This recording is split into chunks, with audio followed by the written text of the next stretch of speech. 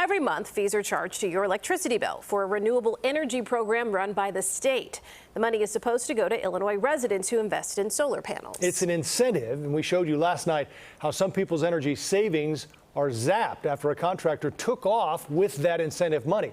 Tonight, Lauren Victory is asking the state about possible loopholes in its program design. Just to recap, I actually like the concept behind this program. Sunil D'Souza and Bill Myers say they'd be poster children for solar energy if they hadn't been burned. A lot of these companies are able to sell the idea to someone who maybe would go, well, I can't afford solar. Well, yes, you can. You're going to get this money. Maybe. Some snark because both property owners that installed solar panels spent years chasing down thousands of dollars owed to them through a state incentive program called Illinois Shines. Money collected from this fee on all of our power bills goes into a pot that's doled out to people who invest in solar energy equipment. Instead of paying it directly to us, it was issued to the contractor who did the solar installation. That contractor, Eco Solar Solutions, kept D'Souza's $15K. Meyer is missing $13,059.80. So $13,000. Not including $1,000 worth of legal fees. Legal fees because the Illinois Power Agency, the government office that gets $40 million to run solar programs like Illinois Shines, is unable to assist with this contractual matter. Consult a lawyer, Meyer was told. Why has the state's response been so frustrating to you?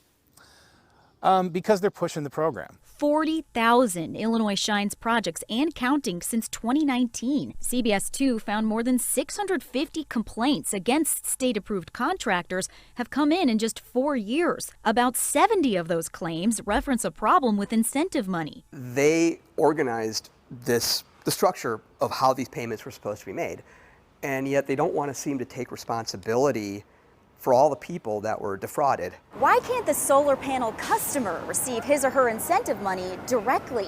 The Illinois Power Agency is in this building, 2 blocks from CBS 2.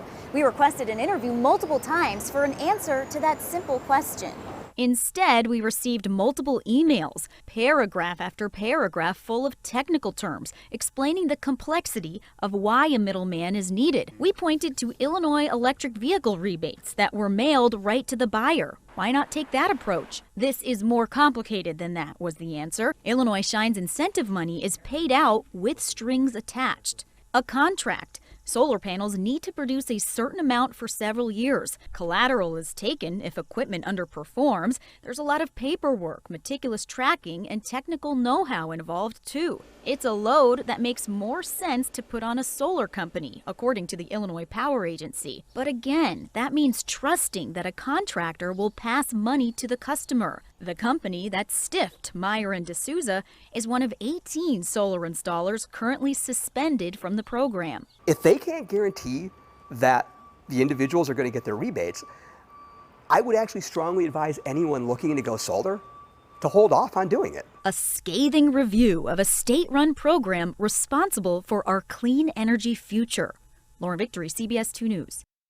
One solution under consideration by the Illinois Power Agency: create a customer restitution fund that could better protect consumers and increase confidence in solar panel investments. But paying for a customer restitution fund might require a change to state law.